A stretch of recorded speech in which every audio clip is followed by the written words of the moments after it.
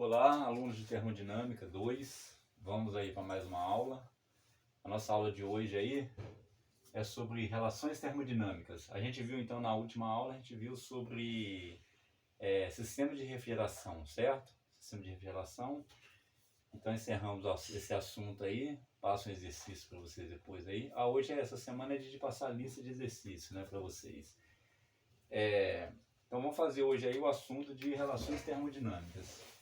Isso aqui é o capítulo 11 lá do Shapiro, esse assunto aqui, ok? Então, essas relações é o seguinte, nós vamos ver aí como são montadas as tabelas de propriedades termodinâmicas. Então, como são montadas, né, as tabelas termodinâmicas, as tabelas de propriedades. As tabelas de propriedades, né? Então,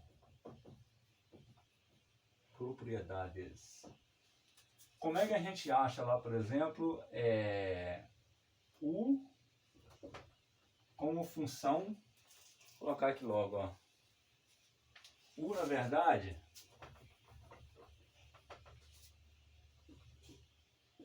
como achar V, U, H e S como função de temperatura e pressão. A gente sabe que duas propriedades termodinâmicas são suficientes para poder achar, para definir um estado, não é isso? Então, a gente vai ver isso aqui.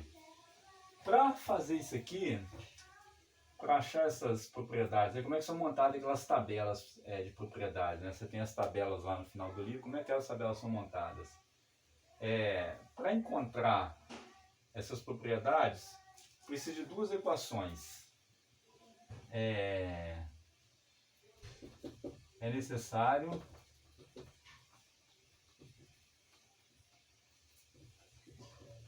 duas equações.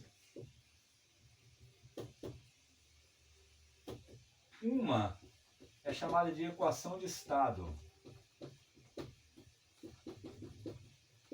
Essa equação de estado, ela relaciona pressão em função de temperatura e volume.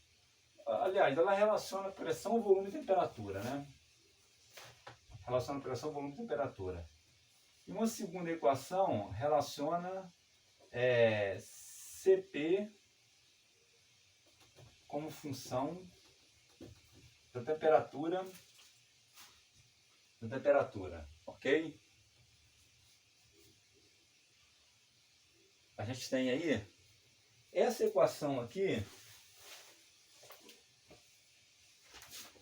essa segunda equação aqui, ela é do tipo seguinte, ó, ela é do tipo assim, Cp barra sobre R barra é igual alfa mais beta T mais gama T quadrado mais delta T ao cubo mais epsilon T à quarta. Essa equação aqui, ela está na tabela A21. Vou colocar aqui, ó. Tabela A21 do Shapiro. Ok? Aí lá nessa tabela tem os valores dessas constantes aí para vários gases, né? Para o monóxido de carbono, dióxido de carbono, nitrogênio, oxigênio, tem lá os valores de alfa, beta, gama e delta e epsilon para diversos gases. É isso mesmo, alfa, beta, gama, delta e epsilon. Então, essa equação é uma equação até fácil de se trabalhar, né? Ela não é difícil.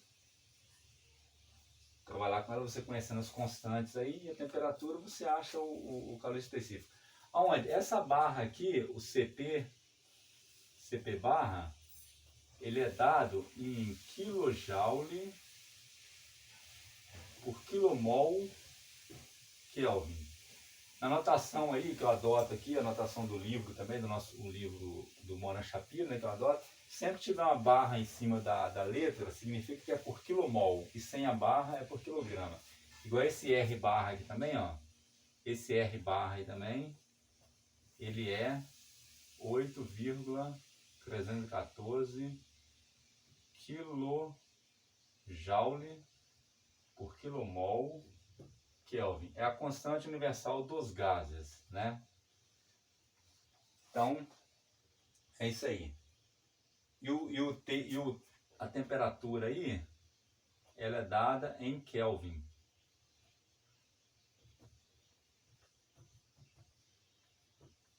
Nessa equação aí, ok? Em graus Celsius não dá certo, tem que ser em Kelvin. Então essa aí, então se precisa dessa equação aí, né? O calor específico como uma função da temperatura e uma relação PVT. Nós vamos concentrar aqui primeiramente nessa relação aqui de pressão, volume, temperatura. Primeiro nós vamos concentrar aí, né, em encontrar pressão, volume, temperatura. A relação pressão, volume, temperatura. Para estabelecer essa relação aí, então é o seguinte, olha só. Como é que pressão, volume e temperatura? Relação, né? Vou colocar assim, ó, relação pressão, volume, temperatura. Se você tiver a pressão e a temperatura para determinar o volume, aqui sempre você conhecendo duas propriedades, você determina a terceira, com essa relação que eu vou apresentar para vocês. Se você conhecer pressão e temperatura, determina o volume. Se conhecer volume, temperatura determina a pressão, pressão e volume determina a temperatura, ok? Então é o seguinte, como é que então que a gente determina isso? Isso aí tem algumas formas de encontrar, ok? Essa relação.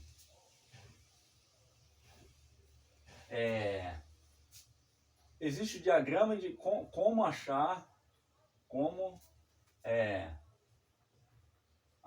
né? V como função de P e T. Como achar? Então o primeiro passo é esse aqui, né? Como achar o volume em função da pressão e da temperatura. Onde V aqui nesse caso, V aqui é o volume específico.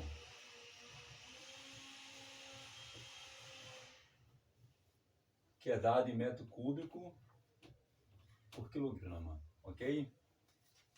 Esse V maiúsculo é o volume em metro cúbico. Eles estão relacionados aí pela massa, né? Então, como achar essa relação aí? Primeiro, você tem lá o chamado diagrama generalizado. Primeiro, diagrama generalizado. O que é esse diagrama generalizado? O que é esse tal de diagrama generalizado aí? Isso aí é uma carta, na verdade, né? Que está na figura A1, A2 e A3 do Moran Shapiro. Lá do apêndice do livro, né? Então tá esse diagrama aí. Também você tem lá no livro do Sengel e no livro do von Allen, né? É comum isso aí nos livros de termodinâmica, isso é comum isso aí, ok? Então veja bem, como é que acha isso no diagrama generalizado? O diagrama, ele relaciona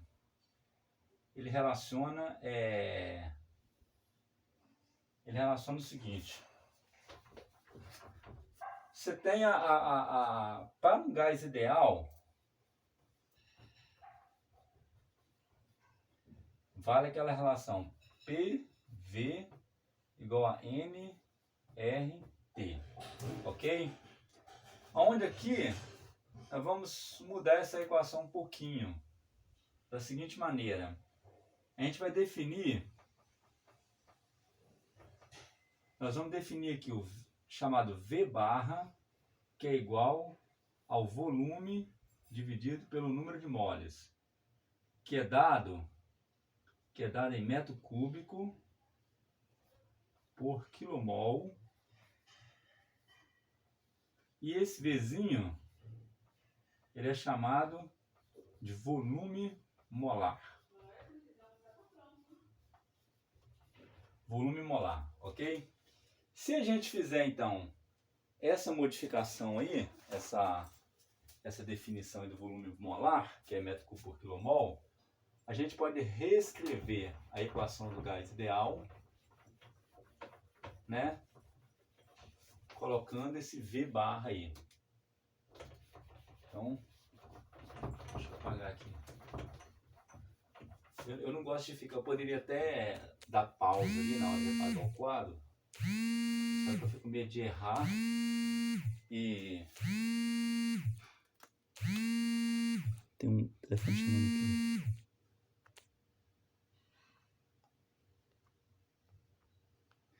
Só que eu fico com medo de ficar dando pausa, errar e parar o vídeo. Então, vamos lá, né?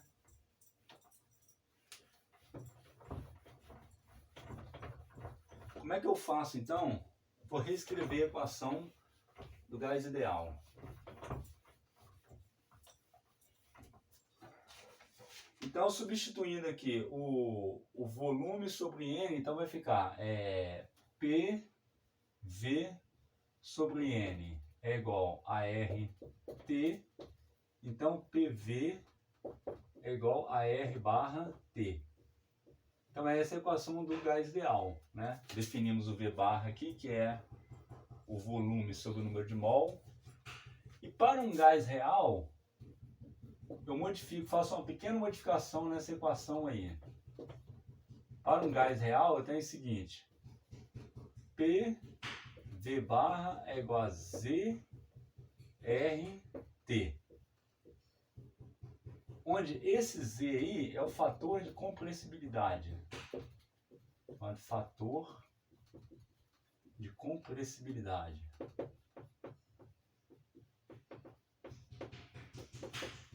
Certo?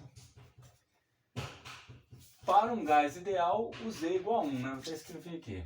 Para gás ideal, Z é igual a 1. Ou seja, o gás ideal é um caso particular do gás real, onde o Z é igual a 1, certo? Então, o gás ideal ele serve para poder modelar aí várias situações, né? Mas muitas situações não servem mais, ele foge bastante aí da realidade, o erro é grande. Quando a pressão aumenta muito, né? Quando a pressão aumenta muito, não tanto assim, na verdade. Para pressões baixas, a equação do gás ideal vale, pressões altas não vale. Então, veja bem, no diagrama generalizado, ele indica como que a gente acha esse Z aqui, esse fator de compressibilidade. O diagrama de generalizado, que é uma carta lá a figura A1 aqui, né? Figura A1. É A1, A2 e A3. A1 porque depende do valor de P. Então lá eu tenho o seguinte. Eu tenho aqui a pressão, a gente define aqui para poder usar o diagrama generalizado, a gente define duas coisas aqui, veja bem. A gente define aqui o seguinte, ó. Temperatura reduzida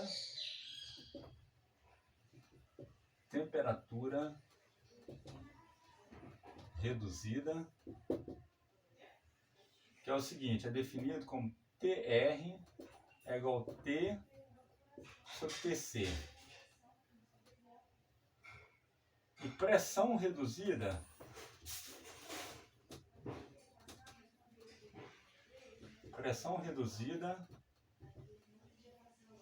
é definido como PR é igual a pressão que eu tenho sobre PC. E o que é esse PC, esse TC? Esse TC é temperatura crítica e pressão crítica, né? TC, temperatura crítica,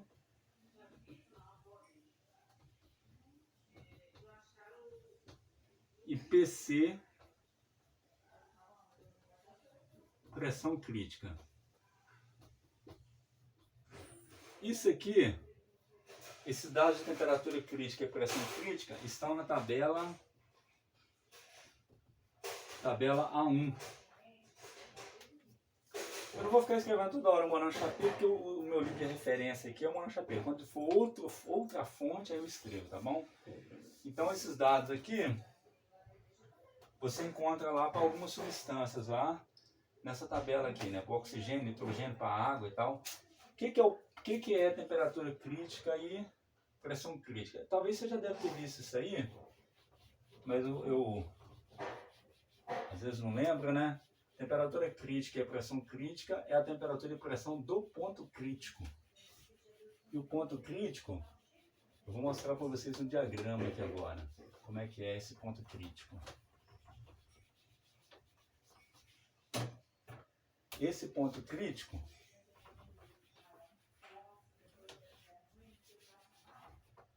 quando você tem lá aquele diagrama, por exemplo, pressão aqui, o volume, então para qualquer substância, né, você tem o chamado domo de saturação aqui. Aí as linhas de temperatura elas são assim, né? Elas vêm aqui.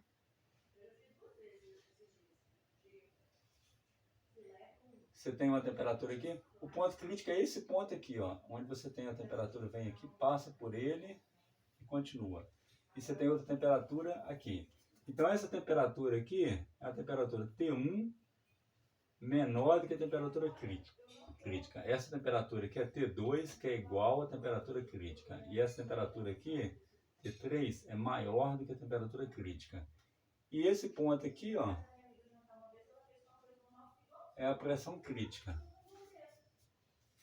Então o ponto crítico é esse ponto aqui de inflexão da curva, né? Onde você tem aqui, você tem, nesse domo de saturação aí, você tem essa região aqui é de líquido comprimido, essa região aqui é de vapor superaquecido e essa região aqui é de líquido mais vapor. É isso? Essa região aqui, interior do domo.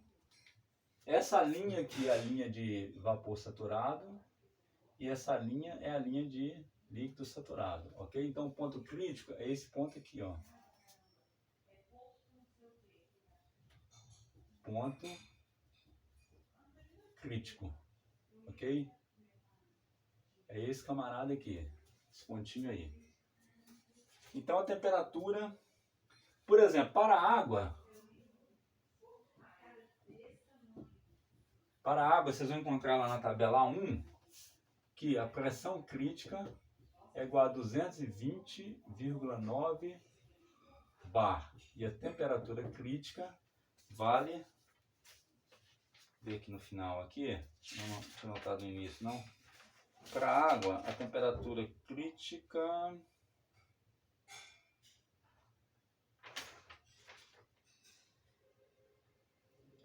eu não notei aqui não. E nem lembro de cabeça. Ah, eu tô com coisa aqui. A cabeça não tá tão boa, a memória não tá tão boa assim não. Deixa eu pegar aqui, ó. Só para vocês terem uma ideia aí, para a água a gente tem 647,3 aqui, ó. 647,3 Kelvin. Essas são as condições aí do ponto crítico, ok? Só de curiosidade eu tenho o seguinte, aqui eu tenho líquido, aqui eu tenho vapor, aqui eu tenho líquido mais vapor, e aqui em cima eu tenho o quê? O que seria em cima? Ali é um troço meio esquisito, não é muito bem definido não, essa característica, esse fluido aqui, entendeu? Porque se é líquido ou vapor, ele, como o próprio nome diz, é crítico aquilo ali, é crítico. Então, bom, no diagrama generalizado é o seguinte, você tem, por exemplo, vou dar um exemplo aqui, ó, um exemplo rapidinho aqui. Se eu tiver lá água,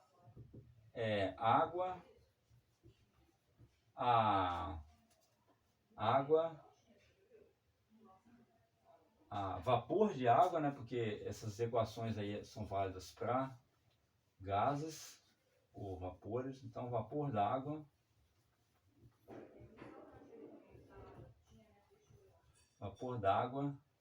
a 100 a 200 graus Celsius e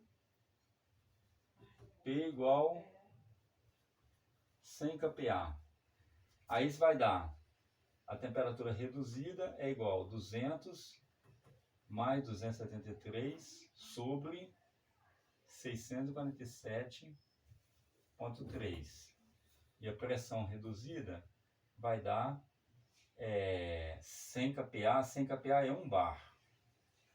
1 bar, aqui tudo Kelvin, né? Esse aqui é Kelvin e Kelvin aqui. A pressão aqui reduzida vai dar 1 bar dividido por 220,9 bar. Aí quanto que daria isso aí?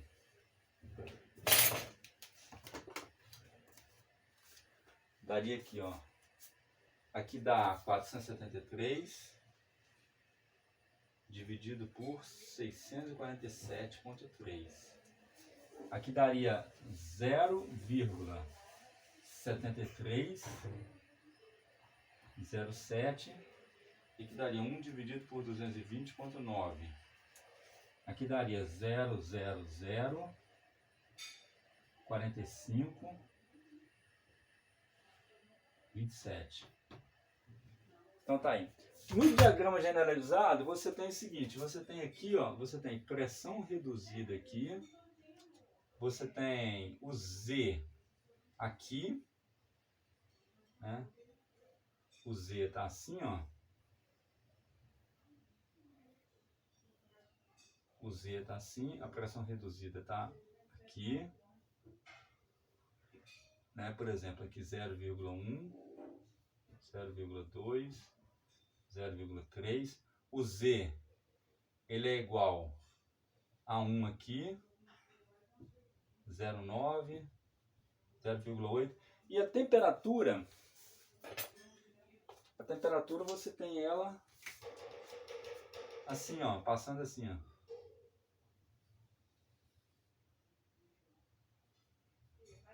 Temperatura 1,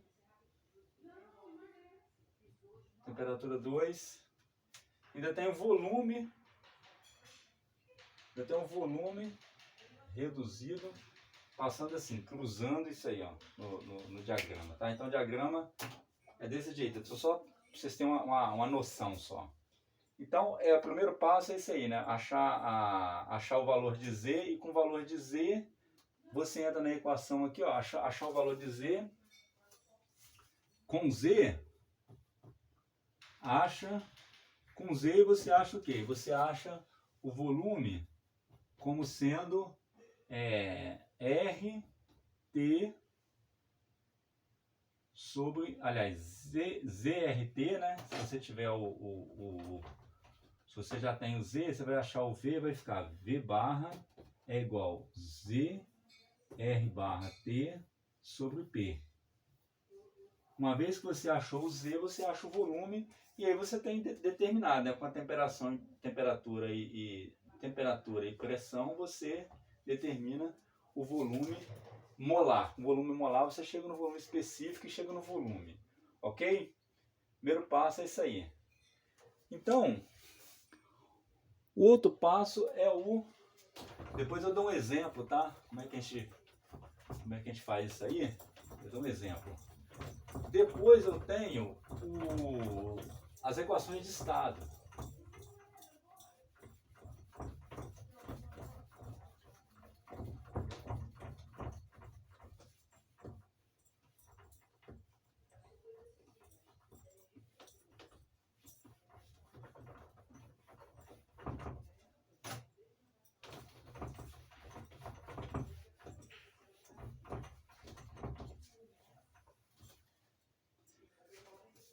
Eu tenho também, eu tenho as tabelas, né? As tabelas. Tenho equações de estado. Tenho sites e programas.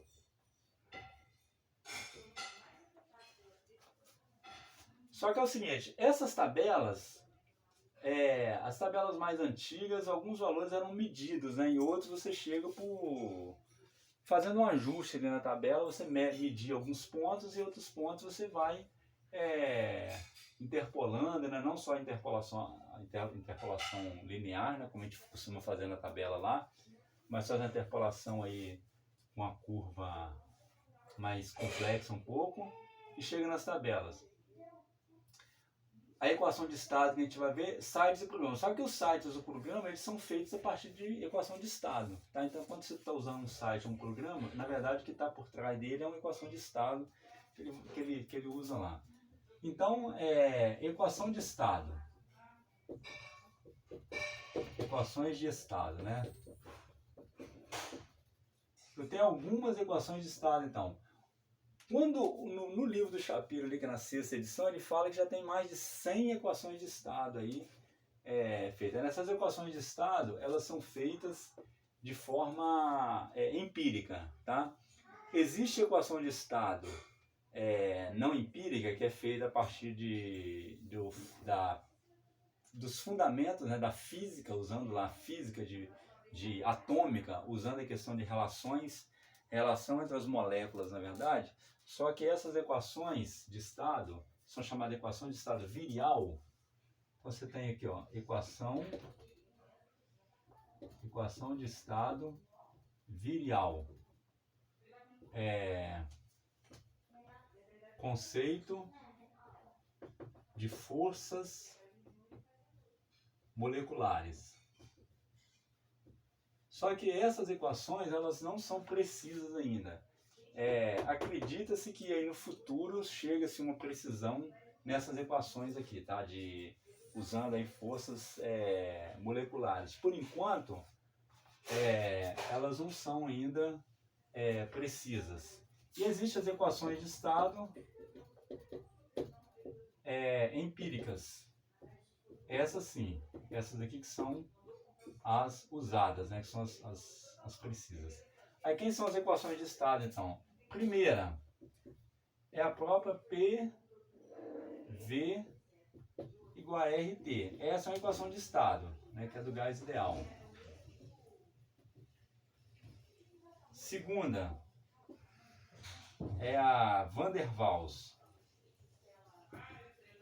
Equação de Van der Waals.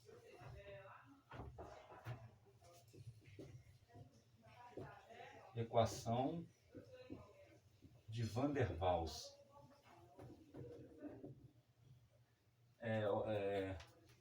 Essa equação de Van der Waals aí, ela foi publicada em 1873 pelo Van der Waals, né, que é o autor, aí, o nome da equação autor. Essa equação ela é a seguinte, ó, ela é P igual a RT sobre V menos B menos A V quadrado. A equação ela é dessa forma aqui. Aí quem é então cada elemento desse aqui, né? Nessas equações aí eu tenho o seguinte: a pressão é dada em bar, a temperatura em Kelvin, o R barra é igual a 0,08314 bar metro cúbico por quilomol por Kelvin. É a constante universal dos gases, só que ao invés de usar em quilopascal aqui, transformei para bar, tá bom? Aí, em vez de ser kilojoule, kilojoule é kilonewton vezes metro, né? Aí foi transformado aqui, não, kilojoule é kilonewton vezes metro. Fiz a transformação, Aí dá isso aqui, ó, um bar é 100 kN, por isso que a equação é dividida por 100. Então dá isso aí. E esse A e esse B são constantes, que são definidas da seguinte forma, ó, o A é igual a 27 sobre 64 R barra ao quadrado, temperatura crítica ao quadrado,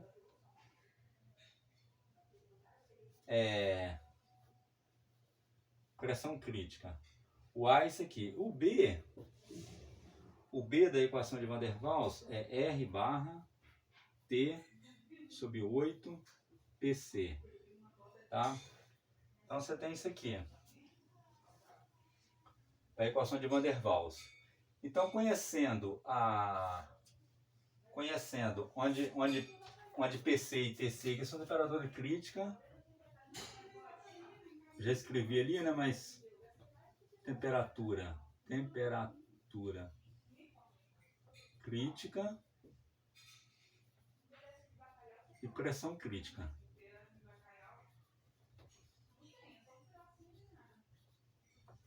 Aqui em bar e aqui em Kelvin. Ok? Então, se você conhecer que tiver a pressão, a temperatura, você acha o volume. Ela fica de forma transcendental quando você acha o volume também. Mas se você conhecer o volume e a temperatura, você acha fácil a pressão, né? Se você conhecer a pressão e o volume, você acha a temperatura, ok? Aí tem que saber qual a substância que é. Sabendo qual a substância, você vai na tabela. A tabela 1 e pega a temperatura crítica e a pressão crítica, ok? Então vamos para a segunda equação. Essa equação aí, ela é uma equação que ela é melhor do que a equação do gás ideal, PV igual a nRT, mas porém, ela ainda falha muito quando você aumenta a pressão, entendeu? Ela é uma equação intermediária, é melhor que a equação do gás ideal, mas ela ainda é fraca para poder modelar os gases reais, né? Dá um erro ainda considerável, dependendo da pressão. A segunda, então coloquei a primeira, essa aí é a segunda equação de Hedley-Kong. A terceira, então, equação de estado, é a equação de Hedley-Kong.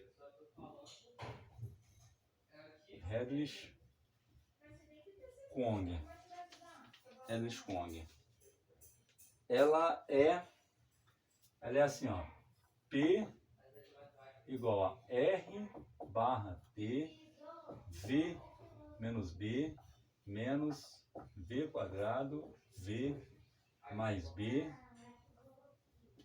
raiz de T A. Tá vendo? Ela é parecida com a equação. Essa equação ela foi publicada em 1949. Tá vendo? Foi o quê? Né? Passou aí 50 anos mais 26. 76 anos depois. Nessa equação aí, mesma coisa, né? Pressão, temperatura e o R. Aqui o que muda é o A e o B. O A, para a equação de Van der Waals, o A ele é dado assim, ó. Na equação de Hedley-Kong, né? 0,42,748 R barra ao quadrado T C elevado a 2,5 dividido por PC. E a constante B, ela é 0,08664 R barra TC PC. Então, você sabendo qual é a substância, você pega lá ó, a temperatura crítica, a pressão crítica, calcula o A, calcula o B. Joga o B aqui e o A aqui, tendo a temperatura e a pressão, você acha o volume específico, né? Essa é um pouco mais complicada que Van der Waals, tá vendo? Essa aí já entra uma raiz de T aqui da temperatura, né? É um pouco mais complicada. Mas ela é bem mais precisa que a equação de Van der Waals. Essa aqui, ela já serve para ser usada hoje. Ela já dá aí um resultado muito bom. Porém, ela começa a falhar próximo ao ponto crítico.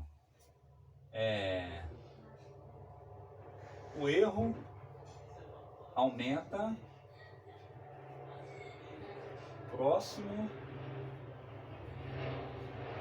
ao ponto crítico. Fora aí, ela é uma beleza, tá fora, longe do ponto crítico, se você não estiver tão próximo do ponto crítico assim, ela atende muito bem para pressões aí, né, sem limite, pressões bem altas. A quarta equação de estado é a equação de suave Redlich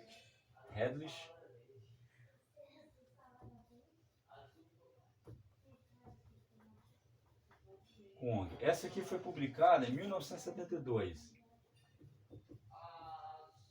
Essa aqui é uma melhoria daquela equação, né? Esse camarada aqui soube, né? Pegou aquela equação e fez uma melhoria nela para resolver o problema do ponto crítico.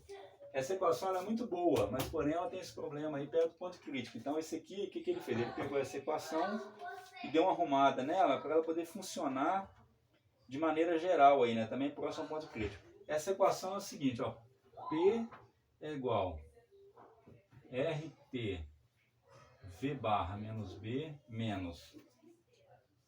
Aqui, V barra quadrado mais BV a alfa de T.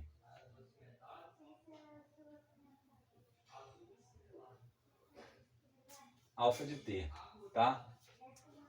Onde esse alfa de T aí, aqui é o seguinte, ó. Aí mudou um pouquinho ali, tá? Esse A agora, ele fez uns ajustes, né? Esse A aí, ele ficou assim, ó, 0,42, 748, R quadrado, TC quadrado. Aqui é elevado a 2,5, aqui ele botou TC quadrado no ajuste que ele fez. PC. O B é igual a 0,08664 R TC sobre PC. Ok? E quem é esse alfa de T agora? Ele jogou um fator ali chamado alfa de T, não é isso? Quem que é esse alfa de T? Vamos ver quem é esse alfa de T.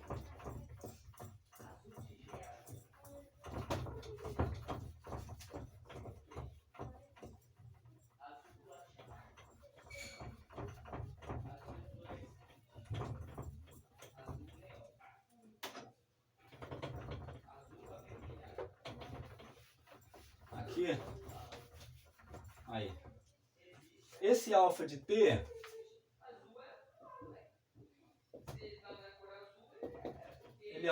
ele é, no caso dessa equação de Solver-Redlich-Kwong, ele é 1 mais M raiz de TR, onde TR é que é a temperatura reduzida, né?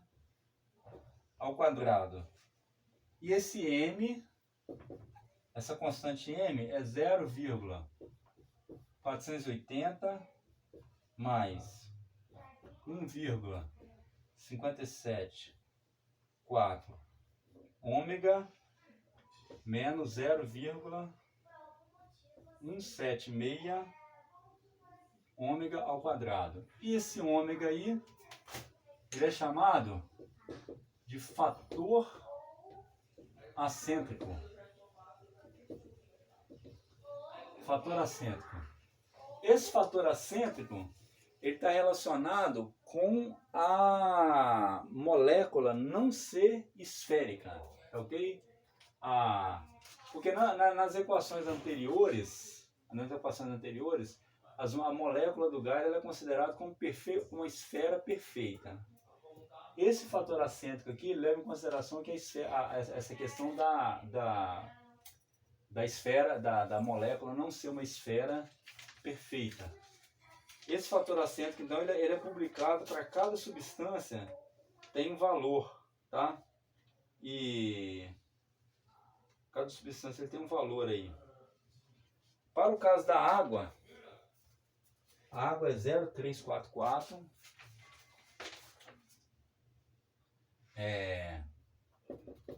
Eu vou colocar aqui algumas substâncias que a gente tem no livro ali. Água, amônia e propano.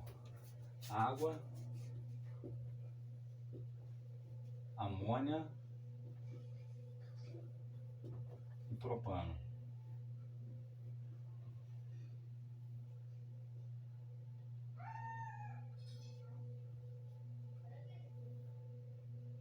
Zero vírgula 322. Não, 344, desculpa.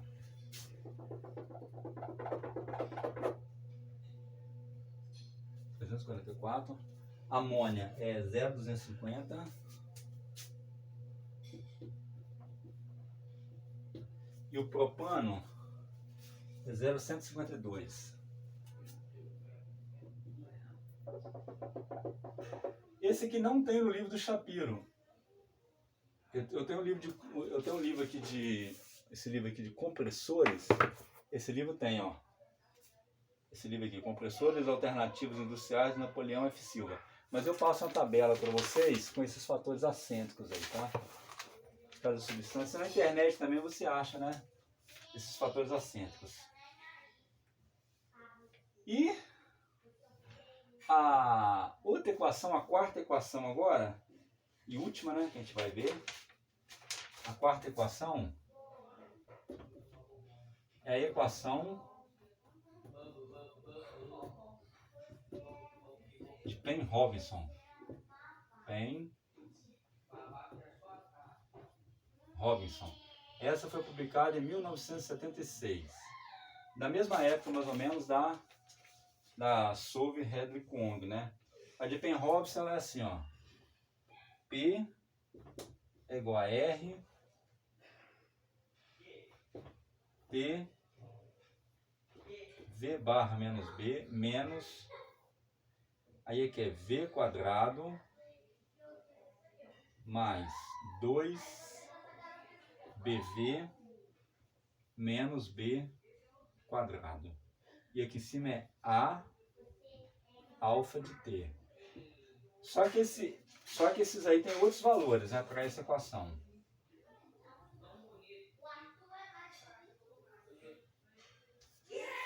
Essa equação é o seguinte, ó. O A, para a equação de Penn-Robinson, né, vale 0,45724. R barra TC quadrado sobre PC. O B vale 0,07780 R barra TC sobre PC. E o alfa de T, ele vale 1 mais M 1 menos raiz de TR, onde TR é a temperatura reduzida. Isso aqui é o quadrado. E o M aqui, que é diferente da outra equação, né? 0,37464 mais 1,54226 ômega menos 0,26992 ômega quadrado, onde o ômega é o fator acêntrico, que é o mesmo da outra equação, o fator acêntrico.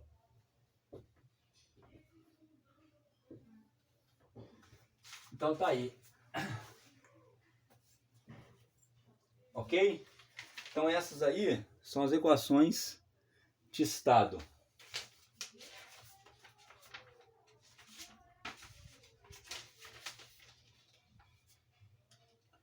Eu tenho eu tenho um exemplo aqui para passar, mas eu vou deixar para a próxima aula.